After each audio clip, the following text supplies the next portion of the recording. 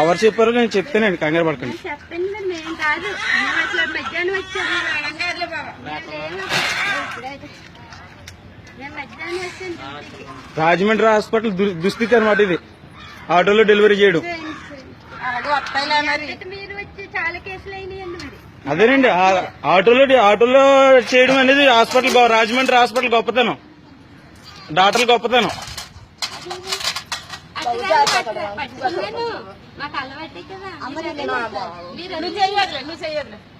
ఉదయం 10 గంటలకు వస్తే సాయంకాలం దాకా ఉండిచ్చి డెలివరీ అదని పంపించేసి ఆటోలో డెలివరీ వచ్చేలా చేశారు. అలా చేశారు డాక్టర్లు.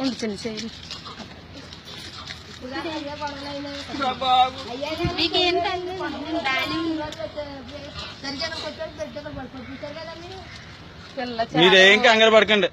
చాలా ఓపిక పెట్టుకుందండి పిల్ల, ఎంత బాధపడిపోయింది పిల్ల. ఎవరో డాక్టర్ గారు ఎవరు పంపించేసిన డాక్టర్ గారు ఎవరు, మేడం గారు ఎవరండి?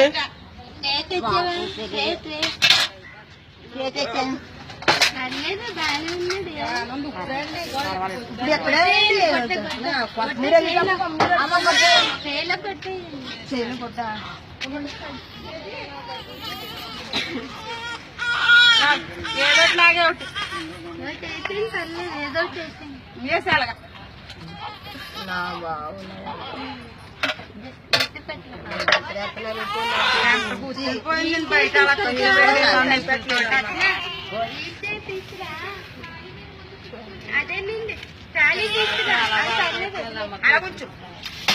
ఏం చేయకు, ఏం మాట్లాడుకో. మళ్ళీ పిల్లలకి చూడండి, మళ్ళీ పిల్లల్ని వదిలేసేసి మాకు సంబంధం లేదంటారు మళ్ళీ. అదే ఎవరైనా ఇంకేముంది, ఇంకా ఎవరైనా చూస్తున్నాం కదా. నేను ఈ వీడియో ఎవరికైతే చూపించాలో వాళ్ళకి చూపించి ఏం చేయాలో చేస్తాను. ఎవరైతే ఏమైందండి, డ్యూటీలో ఎవరుంటే వాళ్ళకి వస్తుందండి, అది అంతే. నేను మిమ్మల్ని ఎంత ఇస్తానండి, ఆటోలో జరిగిన సిచ్యువేషన్ తీసాను అంతే. ఊరుకుంటాను, ఎందుకు ఊరుకోను, ఎందుకు ఊరుకుంటాను. 100 రూపాయలు పెట్టుకుంటే 100 రూపాయలు ఛార్జీ పెట్టుకుంటే హైదరాబాద్ వెళ్ళొచ్చు. ఇందాక అందరూ గొడవడేశారు కానీ నేను మళ్ళీ రిక్వెస్ట్ చేసి అడిగితే మళ్ళీ వచ్చి ఎంత పొద్దున్న 10 గంటలకు వచ్చి బతిమాలుతుంటే స్కానింగ్ ఇంజక్షన్ చేసి టాబ్లెట్లు వేసి పంపించారట. అంటే డెలివరీ వస్తుందో లేదా, నొప్పులు ఎలాగో వచ్చిన వాళ్ళు లెక్క చెప్పి పంపించేస్తారా? ఇది పట్టుకెళ్ళి కంప్లైంట్ పెడతాను, వీడియో పట్టుకెళ్ళి కంప్లైంట్ పెడతాను అయితే ఫస్ట్. పిల్లలు చూడండి చక్క పెట్టని, అలా కదా ఇప్పుడు క్షేమంగా కూడా సరిపోయింది, లేకపోతే ఏంటి పరిస్థితి? అదేండి కాదు కదా, మీకు సంబంధం లేదు కదా, మీకు సంబంధం లేదు కదా అని ఉండాలి. అదే ఇవాళ పొద్దు నుంచి 6 కేసులు పంపించేశారట.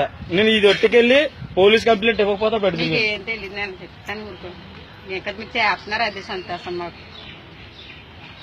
చేతనంటే చేయకపోతే ఎందుకమ్మా జీతాలు తీసుకుంటే ఎందుకు? ప్రజాసేవ చేయడానికే జీతాలు తీసుకుంటున్నారు వాళ్ళు.